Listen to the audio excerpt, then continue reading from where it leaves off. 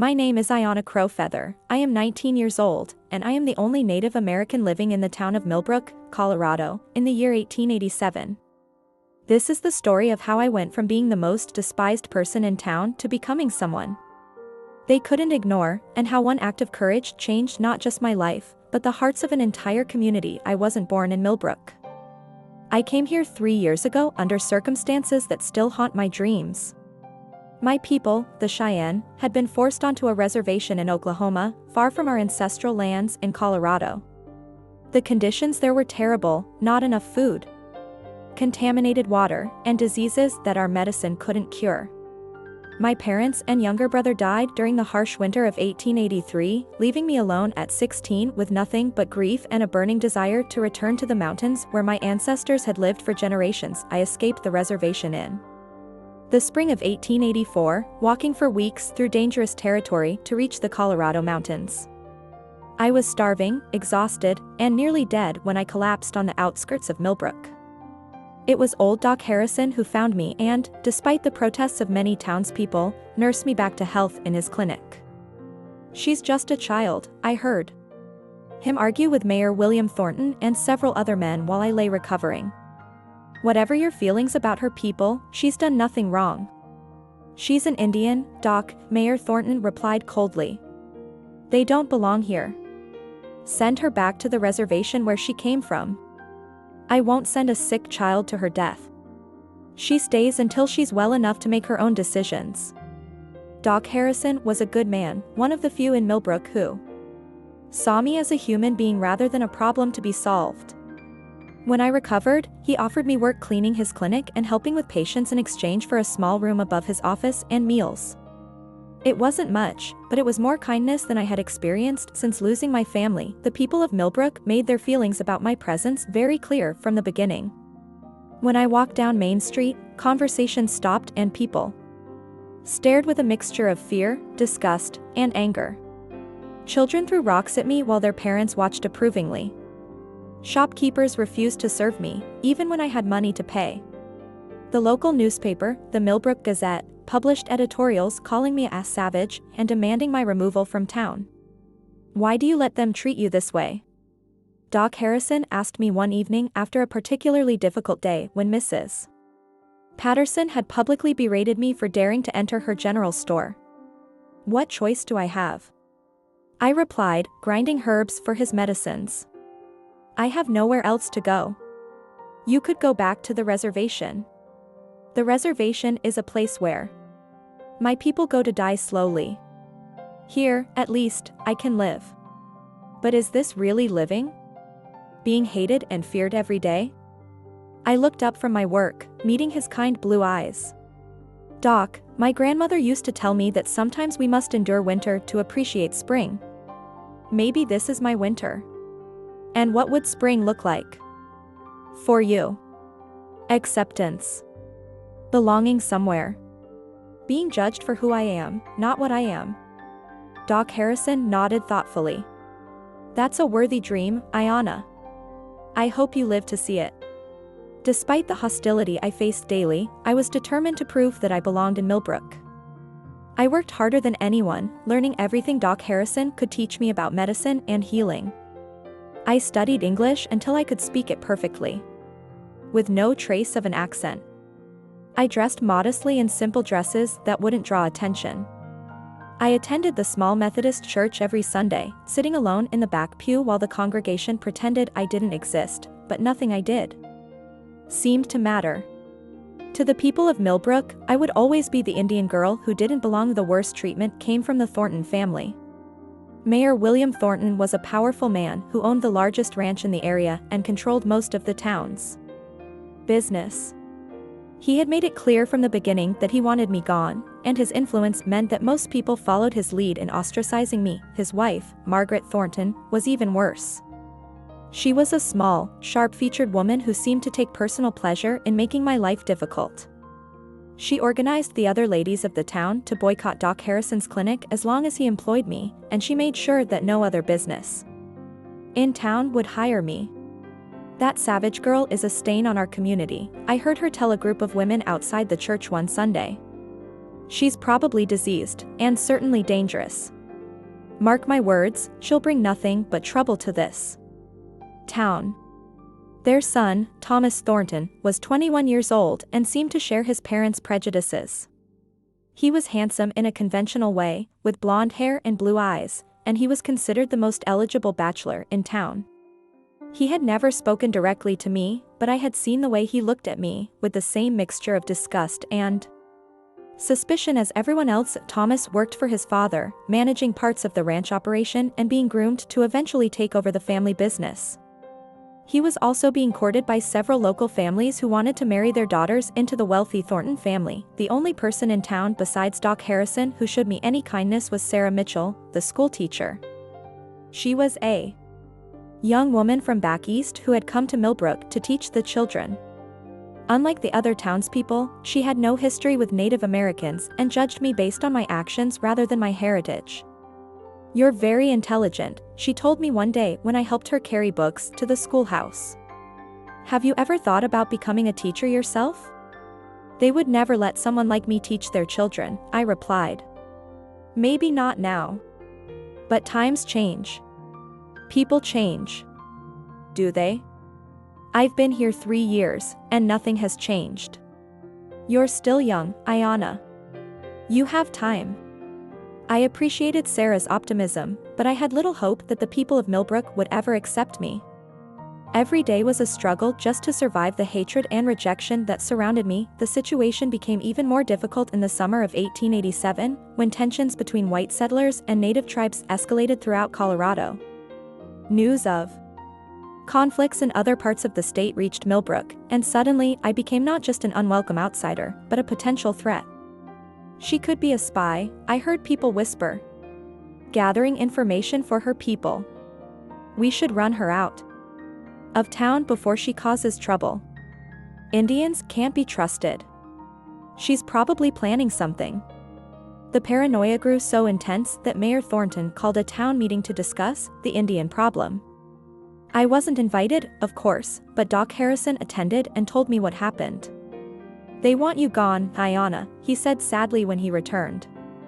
"Thornton convinced them that you're a security risk." "What did you tell them?" "I told them they were fools. That you've done nothing but help people for 3 years.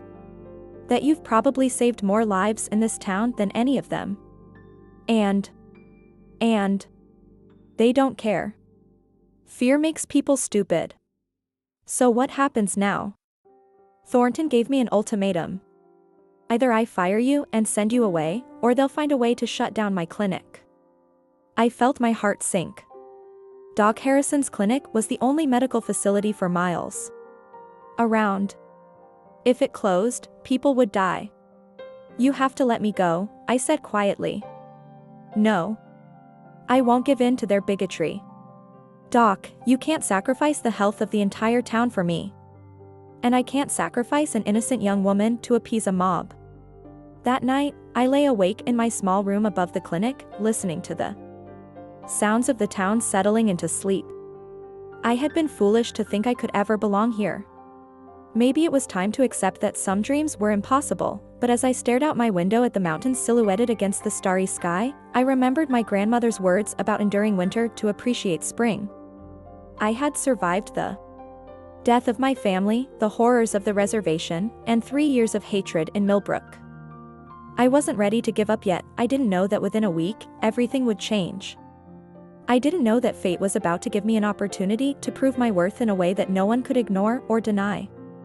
I didn't know that the very people who wanted me gone would soon owe me a debt they could never repay. All I knew was that I had to keep fighting, keep hoping, and keep believing that someday, somehow, I would find my place in the world. The test of my resolve would come sooner than I expected. And it would involve the one person in town who seemed to hate me most, Thomas Thornton, the mayor's son. The morning of August 15, 1887, started like any other day in Millbrook. I woke before dawn to help Doc Harrison prepare for his rounds, grinding medicines, and organizing supplies. The summer had been unusually dry, and everyone was worried about the possibility of fires, but life in the town continued its normal rhythm. I had just finished cleaning the clinic when I heard shouting from the direction of Main Street. Looking Out the window, I could see people running toward the center of town, and in the distance, I could smell smoke. "Doc," I called. "Something's happening." Doc Harrison emerged from his office, his medical bag already in hand. "Fire," he said grimly. From the smell of it, a big one. We rushed outside and joined the crowd of people running toward the source of the smoke. What we saw when we reached Main Street made my blood run cold. The Millbrook Hotel, a 3-story wooden building that housed travelers and served as the town's social center, was engulfed in flames. The fire had apparently started in the kitchen and spread rapidly through the dry wooden structure. People were screaming, running in all directions, and trying desperately to organize some kind of response. The town had no official fire department, just volunteers with buckets and a few water pumps. "Everyone form a bucket line," Mayor Thornton was shouting, trying to bring order to the chaos. "Women and children, get back. Men, we need to get water from the well." I could see immediately that their efforts were futile. The fire was too big, spreading too fast. The bucket line they were trying to form was disorganized and ineffective.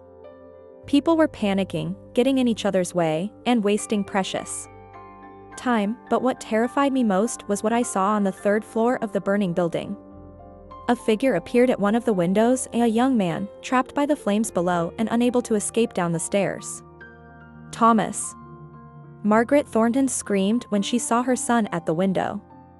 "Oh God, Thomas is trapped." Mayor Thornton looked up at his son with horror. "The ladder. Someone get a ladder." But I could see that the town's ladder wouldn't reach the 3rd floor, and even if it did, the fire was spreading so rapidly that there might not be time to position it properly. Thomas was going to die unless someone acted quickly. Without thinking, I pushed through the crowd toward the burning building. I had grown up in the mountains, climbing trees and rocks since I was a child. My people had taught me to move quickly and silently, to find paths where others saw only obstacles. If anyone could reach Thomas Thornton, it was me. "Aiyana, no." Doc Harrison grabbed my arm as I passed him. "It's too dangerous. He'll die if someone doesn't help him," I replied, pulling free from his grasp. "Let the savage go," someone in the crowd shouted. "Maybe she'll burn up too." I ignored the cruel words and studied the building. The fire had consumed most of the 1st floor and was spreading to the 2nd, but there was still a section of the back wall that hadn't been reached by the flames. If I could climb up the outside of the building using the decorative woodwork and window ledges, I might be able to reach the 3rd floor. I ran around to the back of the hotel, away from the crowd and the worst of the fire. The wooden siding was hot to the touch, but not yet burning. I could hear the roar of flames inside the building and knew I had only minutes before the entire structure would be consumed. Taking a deep breath, I began to climb. My moccasins gave me better grip than boots would have, and my small size allowed me to use handholds that a larger person couldn't manage. I moved quickly but carefully, testing each grip before trusting my weight to it. The heat grew more intense as I climbed higher. Smoke was pouring out of the windows, making it hard to breathe and see. My eyes were streaming tears, and my lungs burned with each breath. But I kept climbing, driven by the knowledge that a human life depended on my success. When I reached the 3rd floor, I could see Thomas at the front window, coughing and choking on the smoke. The hallway behind him was filled with flames, and the floor was beginning to sag from the heat. He had only minutes before the entire floor would collapse. I tapped on the window nearest to me, and Thomas turned in shock when he saw me. His face was streaked with soot and sweat, and his eyes were wide with fear and disbelief. "What are you doing here?" he gasped when I managed to force the window open. "Saving your life," I replied, climbing through the window into the smoke-filled room. "Can you move?" "I think so. But the hallway, we're not going through the hallway. We're going out the window." Thomas looked at the 3-story drop below us and shook his head. "That's suicide. Staying here is suicide. Trust me." I could see the conflict in his eyes. He had been raised to see me as inferior, dangerous, untrustworthy. But he was also intelligent enough to realize that I was his only chance of survival. "I don't know how to climb down," he admitted. "I'll help you. But we have to go now." The sound of cracking wood from the hallway made the decision for us. The floor was beginning to collapse, and we could hear the roar of flames getting closer. "Hold on to my shoulders," I instructed. "Don't look down, and do exactly what I tell you." Thomas nodded, his face pale but determined. He was larger and heavier than me, which would make the climb more difficult, but I had no choice but to try. I went out the window first, finding secure handholds on the wooden trim. Then I guided Thomas out, positioning his hands and feet on the safest grips. The process was agonizingly slow, and I could feel the building getting hotter beneath us. "I can't do this," Thomas gasped when we were halfway down. "I'm going to fall." "No, you're not," I said firmly. "Look at me, not down.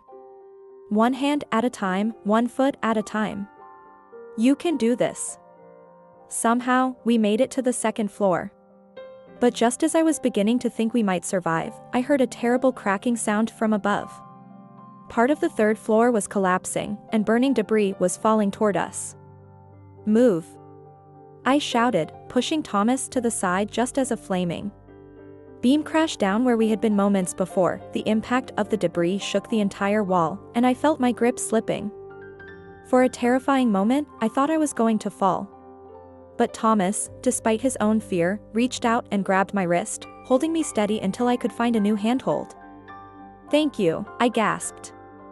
"We're even," he replied, but there was something different in his voice, a respect that hadn't been there before. The rest of the climb was a blur of heat, smoke, and desperate concentration. When we finally reached the ground, we both collapsed, coughing and gasping for clean air. The crowd that had gathered around the building erupted in cheers and amazement. "Thomas!" Margaret Thornton ran to her son, tears streaming down her face. "Oh my God, you're alive!" Mayor Thornton was right behind her, his face a mixture of relief and shock. He looked at me, then at his son, then back at me, as if he couldn't quite believe what had happened. "She saved him," someone in the crowd said in amazement. "The Indian girl saved Thomas." "I saw the whole thing," another person added. "She climbed up that building like it was nothing. Risked her own life to save him." Doc Harrison pushed through the crowd to check on both of us. "Are you hurt?" he asked, examining my hands, which were burned and scraped from the climb. "I'm fine," I said, though I was shaking from exhaustion and shock. "You're not fine," he said firmly. "You need medical attention.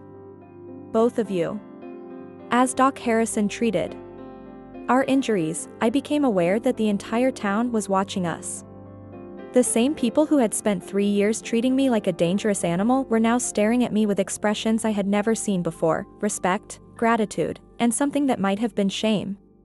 "Why did you do it?" Thomas asked me quietly while Doc Harrison bandaged his burned hands. "After the way we've treated you, why did you risk your life to save me?" I looked at him, this young man who had never spoken to me before today, who had looked at me with disgust and suspicion. "For 3 years. Because it was the right thing to do," I said simply. "Because you're a human being, and human beings help each other. Even when those human beings have been cruel to you? Especially then." Thomas was quiet for a long moment, processing my words. When he spoke again, his voice was different, softer, more thoughtful. "I owe you my life.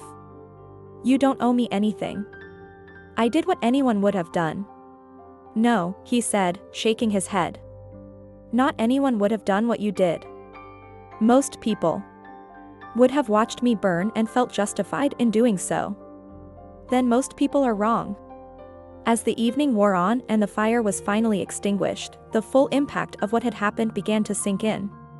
The hotel was completely destroyed, but no lives had been lost. And the reason no lives had been lost was because the despised Indian girl had risked everything to save the mayor's son. Word of my actions spread quickly through the town. People who had refused to speak to me for 3 years suddenly wanted to shake my hand and thank me. Children who had thrown rocks at me now looked at me with wide-eyed admiration, but the most significant change was in the Thornton family. As I prepared to leave the scene and return to the clinic, Mayor Thornton approached me. "Miss Crow Feather," he said formally, using my name for the first time since I had arrived in Millbrook. My family owes you a debt we can never repay." "You don't owe me anything, Mayor Thornton." "Yes, we do. And more than that, we owe you an apology. I've been wrong about you. Terribly, shamefully wrong." I looked into his eyes and saw something I had never expected to see there: genuine remorse. "And respect." "We all make mistakes," I said quietly. "Some mistakes are worse than others. Some mistakes nearly cost me my son." That night, as I lay in my small room above the clinic, I thought about the events of the day. In the space of a few hours, everything had changed. The girl who had been rejected and despised by the entire town was now being called a hero. But I knew that real change would take time. One act of courage couldn't erase 3 years of prejudice and hatred. The road to acceptance would be long and difficult. I had no idea that the events of this day were just the beginning of a transformation that would affect not just my life, but the entire town of Millbrook. The days following the fire were unlike anything I had experienced in my 3 years in Millbrook. For the first time since arriving in town, people looked at me with something other than hatred or fear. Children who had once thrown rocks at me now waved shyly when they saw me on the street. Adults who had crossed to the other side of the road to avoid me now nodded politely, and some even said hello. But the most dramatic change was in the Thornton family. 2 days after the fire, I was surprised to receive a visitor at the clinic. Margaret Thornton stood at the door, holding a basket covered with a clean white cloth. She looked nervous and uncomfortable, but determined. "Mrs. Thornton," I said, opening the door wider. "Please, come in." I brought you something," she said, holding out the basket. "Some food. Fresh bread, preserves, and a roasted chicken." I accepted the basket, touched by the gesture but also confused by it. "Thank you. That's very kind." "It's not kind," she said quickly. "It's necessary. I owe you, we owe you." She stopped, struggling with words that clearly didn't come easily to her. "Mrs. Thornton, you don't owe me anything." "Yes, I do." Her voice was firm now, more like the decisive woman I had observed from a distance. "I owe you my son's life. But more than that, I owe you an apology for 3 years of shameful behavior." I gestured for her to sit down, but she remained standing, as if she needed to deliver her message while she still had the courage. "I was wrong about you," she continued. "Completely, inexcusably wrong. I let fear and prejudice blind me to who you really are. I organized boycotts against this clinic because you worked here. I spread rumors and encouraged others to treat you badly. I'm ashamed of myself. Mrs. Thornton, please, let me finish. I need to say this." She took a deep breath. "What you did for Thomas, climbing that burning building, risking your own life for someone who had never shown you anything but contempt. It showed me what real character looks like. It showed me how small and petty I've been." I could see tears forming in her eyes, and I felt my own emotions stirring. This was not the conversation I had ever expected to have with Margaret Thornton. "I don't know if you can ever forgive me," she said. "I don't know if I deserve forgiveness. But I want you to know that things are going to be different from now on. I'm going to make sure of it. Mrs. Thornton, we all make mistakes. What matters is that we learn from them. You're very gracious. More gracious than I deserve." After she left, I sat in the clinic holding the basket of food and trying to process what had just happened. Margaret Thornton, who had been one of my most vocal opponents, had just apologized to me with genuine remorse and humility, but her visit was just the beginning. That afternoon, Thomas Thornton came to the clinic. His hands were still bandaged from the fire, but he was moving well and seemed to be recovering quickly. "How are you feeling?" I asked as Doc Harrison examined his burns. "Better every day, thanks to you," he replied. But I didn't come here just for a medical check. I came to talk to you. After Doc Harrison finished his examination and left us alone, Thomas turned to me with an expression I had never seen on his face before, serious, thoughtful, and completely free of the contempt that had always been there. I've been thinking about what you said, he began. About doing the right thing because it's right, not because of how people have treated you. It's not a complicated philosophy. Maybe not, but it's one I've never lived by. I've spent my whole life judging people based on what they looked like, where they came from, what class they belonged to. I never bothered to look deeper. And now I realize I've been a fool. A prejudiced, ignorant fool. He was quiet for a moment, clearly struggling with thoughts and feelings he had never had to confront before. I want to understand, he said. Finally. I want to learn about your people, your culture, your beliefs. I want to know who you really are, not who I thought you were. Why? Because you saved my life, and I think you might be able to save my soul too. Over the following weeks, Thomas became a regular visitor to the clinic. At first, he came under the pretense of checking on his healing burns, but soon it became clear that he was really coming to talk with me. He asked questions about Cheyenne culture, about my family, about my experiences on the reservation and my journey to Millbrook. I was cautious at first, unsure whether his interest was genuine or just a temporary result of gratitude. But as our conversations continued, I began to see a different side of Thomas Thornton, a thoughtful, intelligent young man who had been shaped by his environment but was capable of growth and change.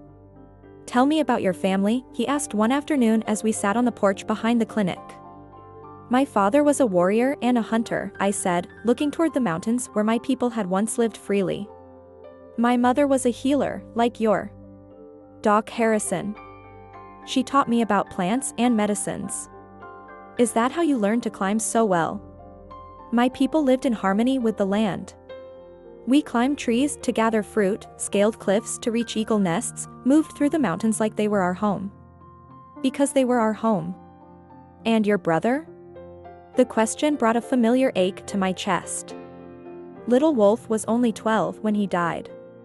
He was curious about everything, always asking questions, always exploring. He would have loved to see these mountains. I'm sorry. I can't imagine losing family like that. The reservation was designed to kill us slowly. Not with bullets, but with despair, disease, and starvation. My family was just unlucky enough to die quickly. Thomas was quiet for a long time, processing the reality of what I had told him. I never knew, he said finally. I never understood what your people went through. Most white people don't want to understand. It's easier to see us as savages than to acknowledge what was done to us. But you don't hate us? After everything? Hatred is a poison that hurts the person carrying it more than anyone else. My grandmother taught me that. Your grandmother sounds like a wise woman. She was. She always said that the measure of a person isn't what happens to them, but how they respond to what happens to them. As word of Thomas's visits to the clinic spread through town, it created a ripple effect that I hadn't anticipated. If the mayor's son was spending time with the Indian girl, if he was treating her with respect and friendship, then maybe others should reconsider their attitudes as well. Sarah Mitchell, the school teacher, was one of the first to approach me with a new proposition. Aiyana, she said one day, I've been thinking about what you said about your mother being a healer. Would you be willing to teach the children about traditional medicine? About how your people used plants and natural remedies? You want me to teach in your school? Just for a few sessions. The children are curious about you now, especially after the fire. This could be a way to help them understand that different doesn't mean dangerous. I agreed to Sarah's request, and the following week I found myself standing in front of a classroom full of children who had once thrown rocks at me. Now they looked at me with wide-eyed fascination as I showed them how to identify medicinal plants and explained how my people had used them for centuries. Miss Crow Feather, one little girl asked, is it true that you can talk to animals? I can't talk to them the way I'm talking to you, I replied with a smile. But I can understand their behavior, their tracks, their calls. My people learn to listen to the land and all the creatures on it. Can you teach us how to do that? I can teach you how to observe and listen. The rest comes with practice and patience. The children were eager students, and their enthusiasm was infectious. For the first time since arriving in Millbrook, I felt like I was truly contributing to the community rather than just surviving in it, but the most significant change came from an unexpected source. Mayor Thornton himself. One evening in September, he came to the clinic to speak with me privately. He looked older than he had before the fire, as if the events of that day had forced him to confront uncomfortable truths about himself. Miss Crow Feather, he began formally, I have a proposition for you. What kind of proposition? The town council has been discussing the need for someone to serve as a liaison between Millbrook and the various native tribes in the area. Someone who understands both cultures and can help prevent misunderstandings that might lead to conflict. I was stunned. You're offering me a job with the town government. I'm offering you a position as our official interpreter and cultural advisor. It would come with a salary, an office, and the respect that such a position deserves. Why? Because you've proven that you care about this community. Because you have skills and knowledge that we need. And because it's the right thing to do. I thought about his offer for several days before giving him my answer. It represented everything I had hoped for when I first arrived in Millbrook: acceptance, belonging, and the opportunity to use my abilities to help others. I accept, I told him. But I have conditions. What conditions? I want to establish a school for Native children who have been separated from their families. A place where they can learn English and white customs while still maintaining their own cultural identity. That's a significant undertaking.